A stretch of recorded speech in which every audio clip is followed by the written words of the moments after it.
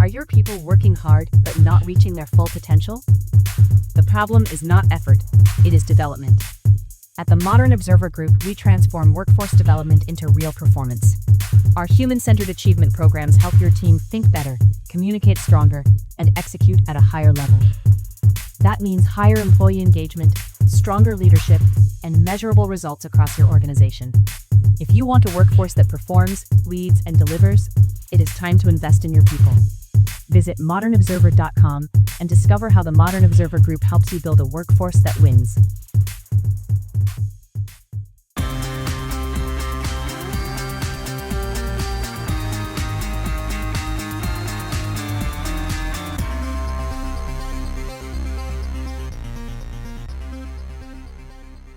A major earthquake rocks South America.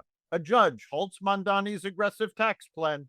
Social media under fire, and more. Welcome to the Raw Naked Truth. I'm your host, Eric Lopkin, and here's the news you need to know. At least 111 people have been killed and more are trapped under debris after a powerful earthquake hit western Colombia. The earthquake struck about 250 miles west of Bogota and could also be felt in Ecuador and Panama. Authorities said there was damage to buildings across more than 20 municipalities. According to Colombia's Geological Service, it was the most powerful earthquake in the country in a decade. It comes less than 2 months after more than 6,000 people died in a pair of earthquakes in Venezuela.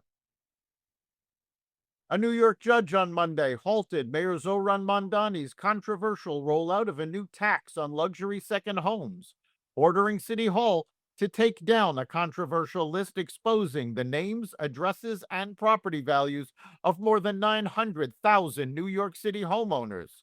Judge Wayne Ozzie temporarily restrained the Mamdani administration from moving ahead with taxes based on the disputed property roll or mailed notices, and barred the city from enforcing its looming deadlines against homeowners caught up in the rollout. The signed order also prevents the city from imposing, assessing, or collecting the surcharge against homeowners identified on the supplemental roll, or sending a notice without first making the individualized determination and providing the notice required under state tax law. The Trump administration moved Monday to close a 68-year-old loophole that lets food companies add new ingredients without telling the FDA, while rolling out the government's first ever definition of ultra-processed food. Since 1958, manufacturers have been free to decide for themselves that an additive is generally recognized as safe and ship it.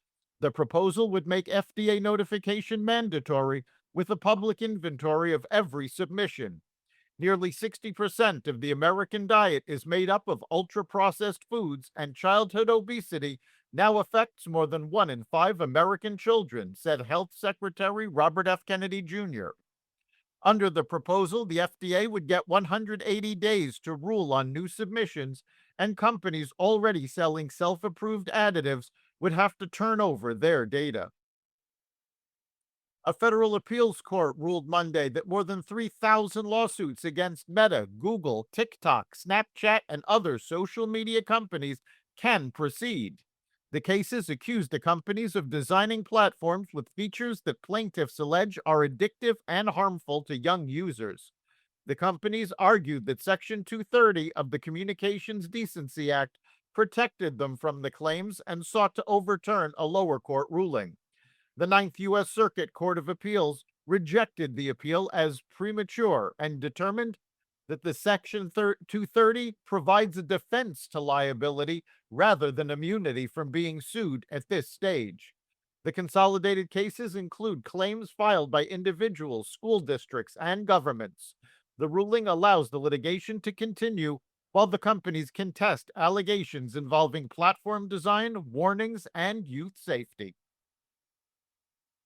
The contiguous United States recorded its hottest month on record in July, according to data released Monday by the National Oceanic and Atmospheric Administration.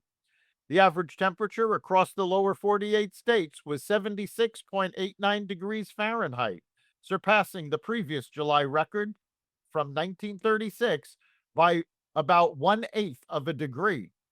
NOAA reported that above average heat covered much of the country, with particularly high temperatures in the west, southwest, northern plains, and southeast. Nighttime temperatures were a major factor. Average minimum temperatures exceeded the previous record by zero point 0.7 degrees. Alaska was cooler than average during the month. NOAA's national climate record extends back to 1895. The agency's findings show July 2026 exceeded every previous monthly temperature average recorded for the contiguous United States.